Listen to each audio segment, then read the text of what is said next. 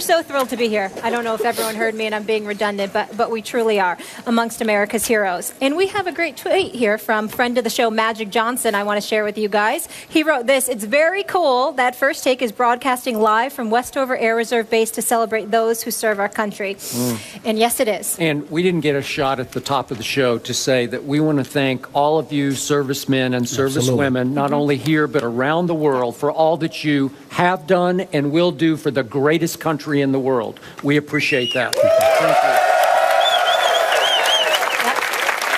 you. There's always something for me to add, but I can't say it any better than that. There's a first time for everything for Skip Bayless. He was perfect. Thank you so much for having us and all the hospitality. You ready to work, guys? Let's do it. How about those Colts? That offense getting back on track, and new offensive coordinator Rob Chudzinski's first game as offensive coordinator, taking down Peyton in the house that he built 27-24. Stephen A., what did Luck prove against number 18, Peyton Manning? This saddens me to say this. He proved that he needed a new offensive coordinator. Ooh. That's a rough statement. I feel bad because I like Pep Hamilton a lot, who was unceremoniously relieved of his duties last week. But when you look at the fact that Andrew Luck was third worst in terms of completion percentage coming into the game against the blitz, and then last night he was 16-26 for 190 yards and 2 touchdowns against the blitz. When you see the quickness with which he was able to get rid of the football yesterday, when he wasn't standing in a pocket like a sacrificial lamb forced to try and make plays, when he wasn't being asked to do so much and he was able to get rid of the ball so quickly, you literally found yourself saying 2 things. There's some exceptional play calling going on here, at least in the first half. And number 2, and more importantly, how the hell was this not happening all of this time leading up to these games? It seems to be a relatively simple thing when you consider the fact that coming into this season, Andrew Luck had been sacked 100 times over his career in the first 3 years, that he had been touched a little about 71 additional times. That's 171 times minimum he was hit coming into this season. And yet still, you had him back there holding the football for 4, 5, 6 seconds at a time, and you had this guy Chudzinski getting rid of the ball in 2 to 3 seconds. I hate to say it, but that's coaching. That's coaching. And so, who's responsible for coaching on the offensive side of the ball? Now, I don't want to just put it on Pep Hamilton. I got to put it to some degree on Pagano, because Pagano is the head coach, even though he always wanted Chudzinski. He was the head coach who had the power to usurp the authority of Pep Hamilton, and you sat back and allowed all of that to happen over the last year. Now, in defense of Pep Hamilton, let's be clear. They went to the divisional playoff game the last 2 years and then the AFC Championship game last year. So it's not like the man didn't know what he was doing, and it's not like he hasn't done something right. I'm just answering the direct question as to what entered my mind yesterday as I watched this team against this defense for the Denver Broncos. I couldn't believe how quickly Andrew Luck got rid of the football. I couldn't believe he didn't throw 1 interception. I couldn't believe he was just sacked once. And then I looked and I went back and I watched how quickly he was getting rid of the ball, and I saw the play calling. Certainly they were assisted by the complete absence of a running game on the part of Denver, who went away from everything that worked for them, especially against the 28th ranked defense against the rush. Why would you start running the damn football? Makes no sense whatsoever. But in the end, that was a culprit. But the other culprit was that the play calling was definitely flagrantly different and exceptionally better than what we had seen from the Colts the previous 7 to 8 games. Man, I cannot blame Pep Hamilton for what happened yesterday. Okay.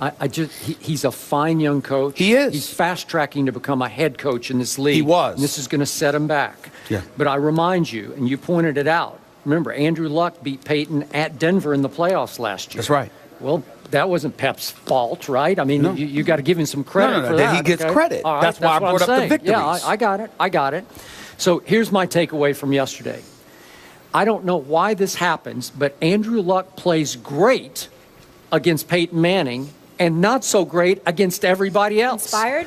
I don't know, because that's 4 times they have met head-to-head. 3-1. 3-1.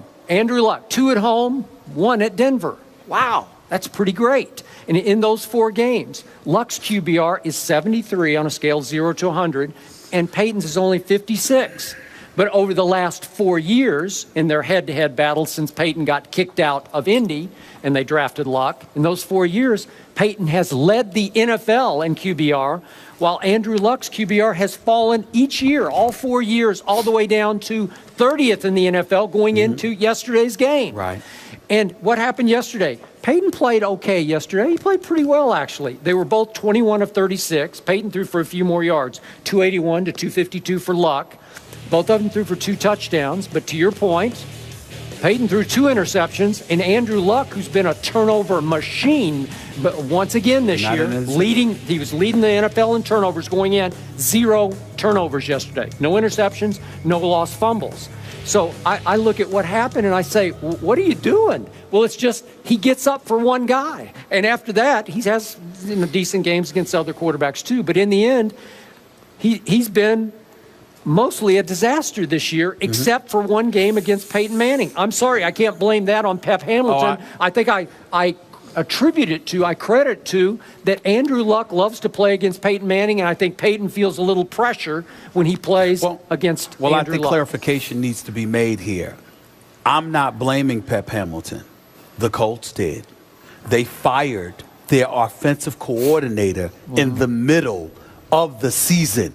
That just doesn't happen very often. It doesn't. And not only did you do that, but then you come back the very next week against one of the top-ranked defenses in all of football, and you look like a completely different offense. Skip, if Andrew Luck, if the same plays were being called, and it took the same amount of time to get rid of the football, and the same things were transpiring, you'd have me.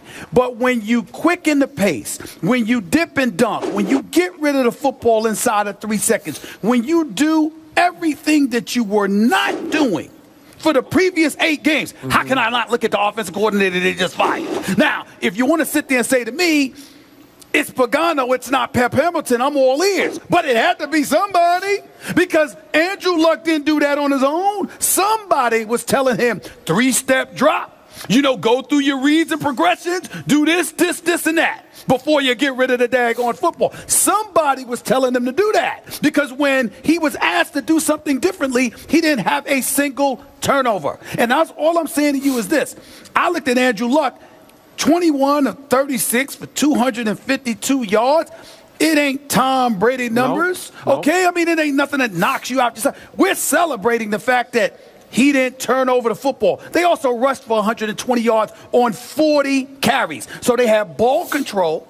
They were giving it. They were grinding it down, okay? And then Andrew Luck was relatively conservative in his approach. That's what happened, and that's what they did. To build his confidence, to cut down on the turnovers, that appeared to have worked.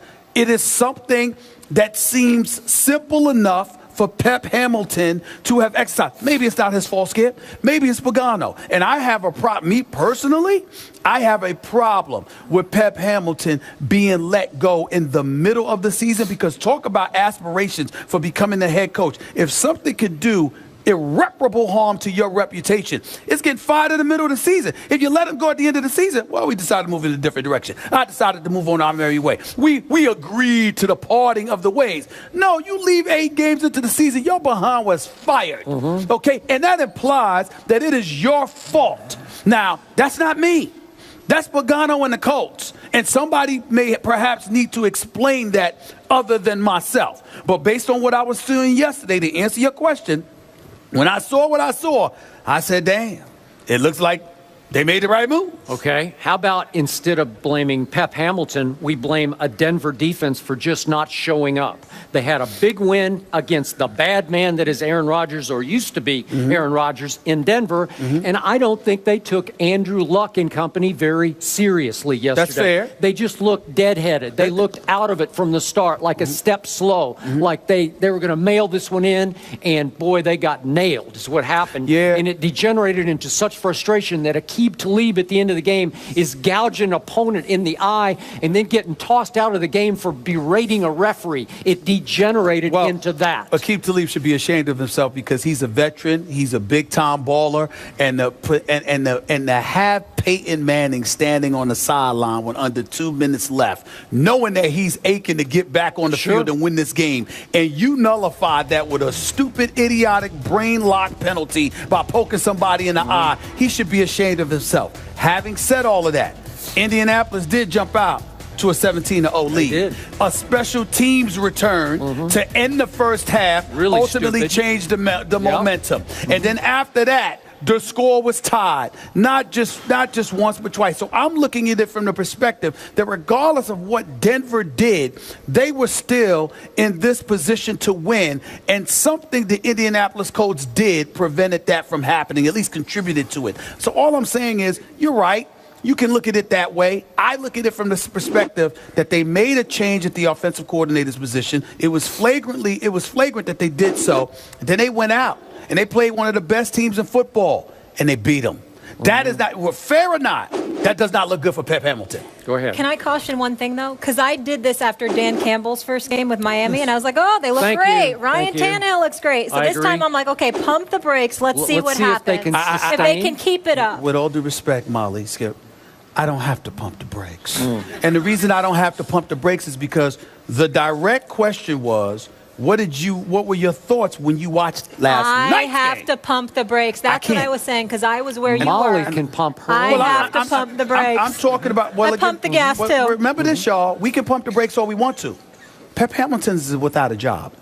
So guess what? He doesn't get to sit there and say, see you in a week or two. No, and come back. He's without a job. So we got to look at the Indianapolis Colts and say to ourselves, do you realize that Chudzinski, all he has to do is make sure that Andrew Luck ain't turning the ball over? That's it. Okay. Because he won't get blamed for anything. Let's see how they do against the rest of their schedule. But when you keep playing Houston and Jacksonville, right, it's not that hard. That's right. So Andrew Luck should win the division by default. That's right. 4-5, and they're first in the AFC South. Yeah. All right, coming up from Chicopee, Mass. here at Westover Air Reserve Base. First Take is here. We're so thrilled.